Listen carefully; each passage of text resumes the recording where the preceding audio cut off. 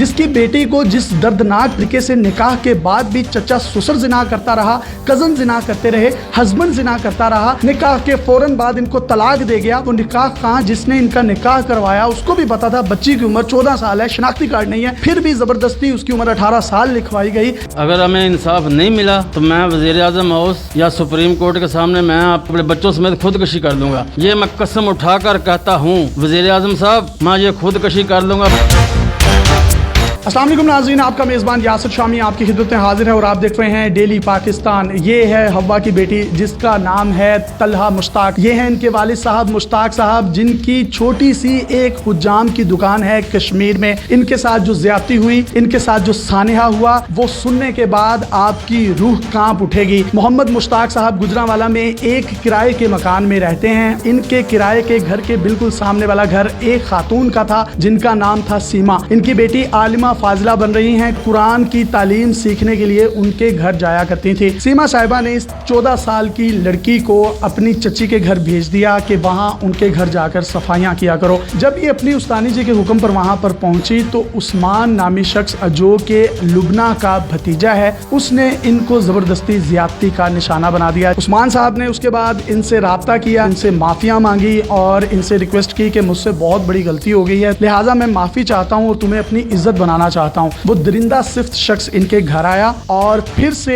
اس بچی کے ساتھ جس کی عمر صرف 14 سال ہے زیادتی کرنے لگا۔ ان کے والد صاحب کشمیر سے علی صبح واپس آئے تو آگے جو معاملہ دیکھا وہ میں کیمرے پر بیان نہیں کر سکتا، جس کے بعد عثمان وہاں سے فرار ہو گیا اور چند ہی لمحوں کے بعد اپنی چچی لبنہ، اپنے چچا اشفاق اور کزن ابو بکر کے ساتھ ان کے گھر آ گیا اور وہ لوگ ان کے والد صاحب کے پاؤں پڑ گئے کہ آپ کی اور ہماری عزت کا مسئلہ ہے، لہٰذا اس بچی کو ہم اپنی عزت بنائیں گے اور اس کے ساتھ نکاح کر لیا۔ اب جرم کی داستان یہاں سے شروع ہوتی ہے اور طول پکڑتی جاتی ہے۔ بچی کی عمر 14 سال ہے جبکہ آپ نکاح نامے پر دیکھ سکتے ہیں 18 سال لکھوائی گئی ہے۔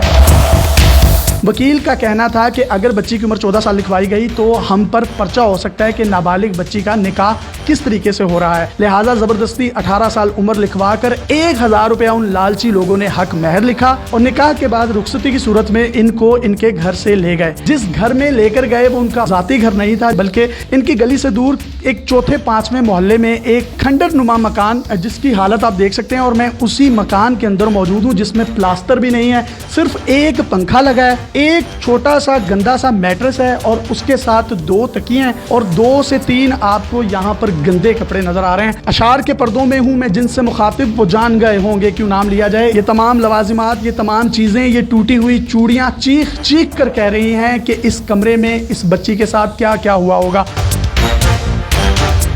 عثمان صاحب نے اس کے بعد فوراً ان کو منہ زبانی 3 طلاقیں دے دی۔ عثمان کے چچا اشفاق اور کزن ابو بکر یہاں پر آئے اور ان کو 15 دن تک مسلسل زیادتی کا نشانہ بناتے رہے۔ ان کو مختلف میڈیکیشنز اور نشاور کیپسول دیے گئے جس کی وجہ سے یہ ہوش میں نہیں آتی تھی۔ یہ مکان بالکل خالی ہے۔ محلے داران سے ہم نے پوچھا تو ان کا یہ کہنا تھا کہ یہ مکان کئی دنوں سے خالی ہے، بچی اندر تھی یا نہیں اس چیز کا ان کو علم نہیں، لیکن لوگ یہاں آتے جاتے رہتے تھے جس میں اشفاق اور عثمان کا کزن ابو بکر شامل ہے۔ شادی کے کچھ دن بعد جو مشتاق صاحب ہیں انہوں نے مطالبہ کیا کہ میں اپنی بیٹی سے ملنا چاہتا ہوں، تو ان کے گھر گئے تو گھر میں اپنی بیٹی کو نہ پایا، جس پر ان کے گھر والوں نے کہا عثمان اور طلحہ ہنی مون پر کشمیر گئے ہوئے ہیں۔ والد صاحب نے مطالبہ کیا کہ میں اپنی بیٹی سے بات کرنا چاہتا ہوں، اس کا نمبر دے دیں، تو انہوں نے کہا کہ کشمیر سگنل نہیں آتے، لہٰذا وہ آئیں گے تو آپ کی ملاقات ہوگی۔ عثمان کا چچا، عثمان کا کزن جب زیادتی سے ان کا دل بھر گیا تو اس بچی کو جو کہ عالمہ فاضلہ کا کورس کر رہی تھی انہی کے گھر جاتی تھی، اس کو 3 لاکھ روپے کے عوض چند اوباش لوگوں کو بیچ دیا۔ وہ لوگ بھی اس پر تشدد کرتے رہے اور زیادتی کا نشانہ بناتے رہے۔ جب ہماری اس بہن نے مزاحمت کی تو اس پر وہ کہنے لگے کہ ہم نے تو تمہیں خریدا ہے، تم مزاحمت کیوں کر رہی ہو، لہٰذا وہ یہاں سے لے کر اس کو لاہور چلے گئے۔ ان اوباش لوگوں میں سے ایک شخص کو ترس آیا اور اس نے ان کے والد صاحب کا نمبر ان سے لیا، ان کو کال کی اور کہا کہ داتا دربار لاہور کے قریب سے آ کر بچی کو لے جائیں۔ مشتاق صاحب اپنی بہن کے ساتھ بچی کو لینے وہاں گئے۔ بچی دور سے باپ کو دیکھ کر لپٹ لپٹ کر رونے لگی اور اس کے بعد یہ لوگ یہاں پر آ گئے۔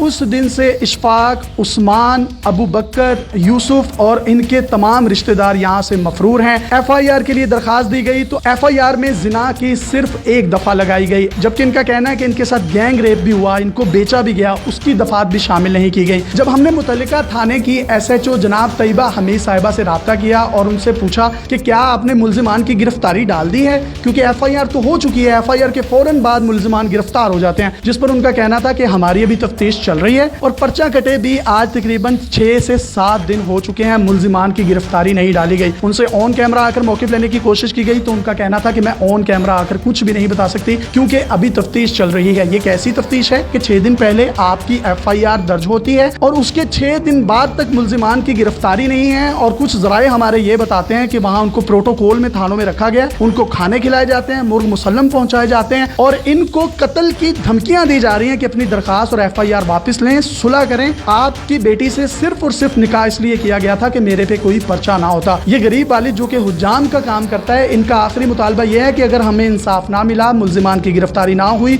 तो वज़ीर-ए-आज़म हाउस के सामने जाकर ये खुदकुशी या खुद सोजी करने पर मजबूर होंगे। ये सारा मामला हुआ कैसे और अब आप इंसाफ चाहते किससे हैं? मैं सर इंसाफ चाहना वा, मेरी बच्ची नाल ज़्यादती हुई है। ਅਸੀਂ गरीब आदमी हाँ, बच्चियां साडे घर में इज्जत ਹੁੰਦੀਆਂ ਨੇ, ਸਾਡੇ ਕੋਲ ਇਹੀ ਸੋਨਾ ਹੁੰਦਾ, ਇਹੀ ਪੈਸਾ ਹੁੰਦਾ, ਸਾਡੀ ਬੱਚੀਆਂ ਸਾਡੀ ਇੱਜ਼ਤ ਨੇ। अगर साड़ी इत्थे इज्जत महफूज नहीं है तो सानू इस दुनिया ते जीण दा कोई हक नहीं। मैं वज़ीर आज़म पाकिस्तान नाल मैं मुखातब हो रहा हाँ, अगर तुहाडे कोल इंसाफ नहीं है तो सानू जहर दे के अपनी हत्थी मार के सानू दफन कर दो। आपकी बेटियां कितनी हैं? मेरी 4 बेटियां हैं। बेटे कितने हैं? 2 बेटे हैं। काम क्या करते हैं आप? ये मैं हजाम का काम करता हूँ। कितना कमा लेते हैं? रोज़ का 300, 400, 500, 300, 400, 500 रुपया क्या करता है मेरा। ये मकान किराए का? 10,000 रुपया मेरा मकान का किराया है। जब आपने अपनी भी इज्जत बचाने के लिए, उनकी भी इज्जत बचाने के लिए, जब उन्होंने आपके पाँव पकड़ लिए तो आपने फैसला किया कि बच्ची का निकाह कर दिया जाता है, तो वो निकाह के बाद भी तलाक दे गए और सब लोग बदसलूकी करते रहे, तशद्दुद करते रहे, फिर उसको 3 लाख के एवज बेच दिया, तो इस सारे मामले का आपको इल्म क्यों नहीं हुआ? उसने गन पेमेंट पर जो कुछ भी करता रहा, गन पेमेंट पर करता रहा। उसने बोला कि अगर तूने किसी अपने घर वाले किसी को भी बताया, तेरे बाप को भी मार देंगे, तेरी माँ को भी, तेरे बहन भाइयों को भी हम ख़त्म कर देंगे। मेरी बेटी जो वो घबरा गई थी, उसने डर के मारे किसी को भी नहीं बताया। ये तो हमें उस दिन पता चला जब मैंने खुद देखा है। आप आलिमा फाजिला का कोर्स कर रही थी? जी। उस्मान के साथ जब निकाह हो गया, आप उसकी शादी में आ गई, तो सही रहता था आपके साथ? सही क्या रहना है, उसने आते ही तलाक दे दी थी मुझे उस्मान ने कहा मैंने तो निकाह सिर्फ जना के केस से बचने के लिए किया है। वो तलाक देकर यहाँ से फरार हो गया? तलाक दे के बाहर चला गया, मैं रोने लग गई हूँ। तो आंटी लुबना जो उसकी चच्ची हैं, मुझे तसल्ली दे के वो उसके पीछे चली गई हैं। यहाँ पे जब हम आए तब पहले से 2 आदमी मौजूद थे, अंकल इशफाक और उस्मान का जो कज़न है अबू बकर। उस्मान के चचा और उस्मान के कज़न? जी। उन दोनों ने और एक जो आदमी था यहाँ पे नाम मालूम, इन तीनों ने मेरे साथ ज़्यादती की, ज़िना किया, मेरे साथ ज़बरदस्ती करते रहे हैं। Aunty Lubna, uncle Hafeez, uncle Yusuf और उस्मान 3 आदमी को लेके आया। आपने शोर क्यों नहीं मचाया? आप मोहल्ले वाले भी इर्द गिर्द थे, आप मुजामत भी तो कोई कर सकती थी ना, कुछ किसी साथ वाले को भी तो पता चलता। मैंने बहुत की है, मैं चीखें भी मारती रही हूँ, मेरे मुंह पे हाथ रख लेते थे ये। उसके बाद जब आंटी अंदर आई हैं, इन्होंने मुझे कपड़े पहनाए हैं, मुझे ठीक, मेरा मुंह थोड़ा ठीक ही है, तो मुझे वो जो आदमी आए हैं 3, उनके सामने बिठा दिया और मेरा 3 लाख में सौदा कर दिया उनके सामने। ये हैं मोहम्मद मंशा साहब, जो इनके मोहल्लेदार हैं और घर के बिल्कुल साथ वाला घर इनका है। इस बच्ची को शादी के बाद वो यहाँ पर लेकर आए हैं। कुछ लोग भी आते जाते रहे, कुछ देखा आपने ऐसा मामला? देखा।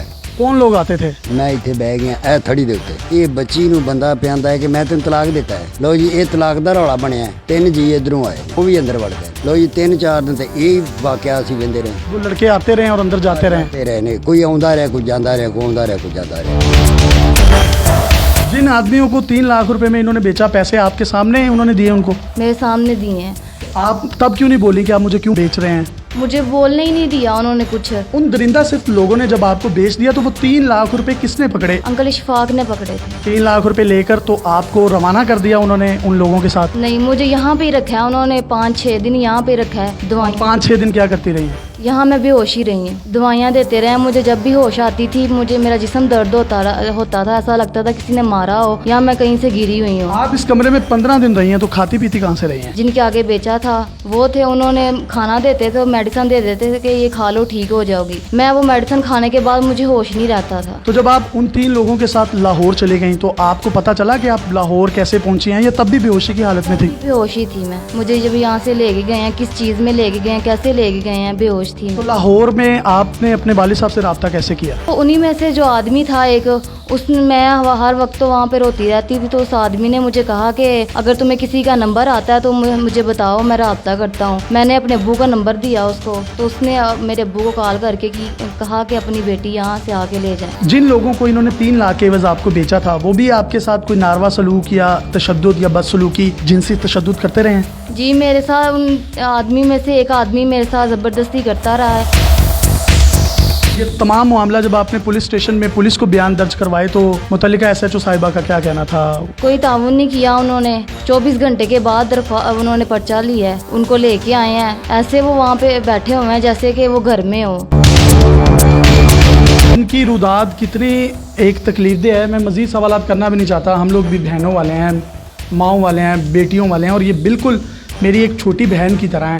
14 साल इसकी उम्र है, नाबालिग है। चाइल्ड प्रोटेक्शन वाले भी इसमें हरकत में आए इस बच्ची के ख़िलाफ़, इस छोटी सी कली के ख़िलाफ़ जो आलिमा फाजिला कुरान की सूरतें पढ़ना चाहती थी, उसको किस सूरत में किस जगह पर पहुंचाया गया। यकीन करें कि रोंगटे खड़े होते हैं ये तमाम कहानी सुन के। जब ये बार बार मामलात मीडिया की नज़रों में आते हैं, इज़्ज़त नफ्स इनकी मजरू होती है, जिसकी वजह से हम इनके चेहरों को ब्लर करके आपको दिखा रहे हैं। लेकिन ये भी हमारी मजबूरी है कि जब तक हम झिंझोड़े ना, मीडिया पर इन लोगों को लेकर ना आए, केस को हाई प्रोफाइल बनाए ना, पुलिस भी कोई कार्रवाई नहीं करती। FIR दर्ज कर देती है, 6 से 7 दिन हो गए हैं। मजाल है कि मुल्जिमान को गिरफ्तार किया गया हो, मुल्जिमान धन दनाते हुए फिर रहे हैं। इस मुआशरे में इस गरीब हुज्जाम की जो एक किराए के मकान में रहता है, इसकी क्या रिस्पेक्ट रह गई होगी? ये तो जीते जी मर गया होगा, जिसकी बेटी को जिस दर्दनाक तरीके से निकाह के बाद भी चचा ससुर जिना करता रहा, कजन जिना करते रहे, हस्बैंड जिना करता रहा, निकाह के फौरन बाद इनको तलाक दे गया। वो निकाह कहाँ, जिसने इनका निकाह करवाया उसको भी पता था बच्ची की उम्र 14 साल है, शनाख्ती कार्ड नहीं है, फिर भी जबरदस्ती उसकी उम्र 18 साल लिखवाई गई। कहाँ कहाँ इस घर में जुल्म हुआ है। आप कोई मुतालबा करना चाहते हैं तो सर आप कर सकते हैं। जी, मैं मुतालबा करना चाहना हुकूमत पाकिस्तान नाल सानू इंसाफ मिलना चाहिए।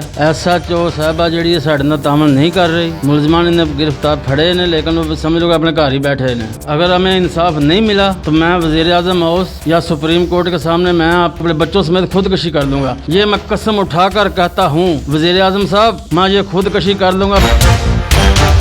आप कैसी सज़ा दिलवाना चाहती हैं? मैं तो चाहती हूँ इन्हें फांसी हो, फांसी से भी बढ़कर कोई सज़ा है तो वो मिलनी चाहिए इन्हें।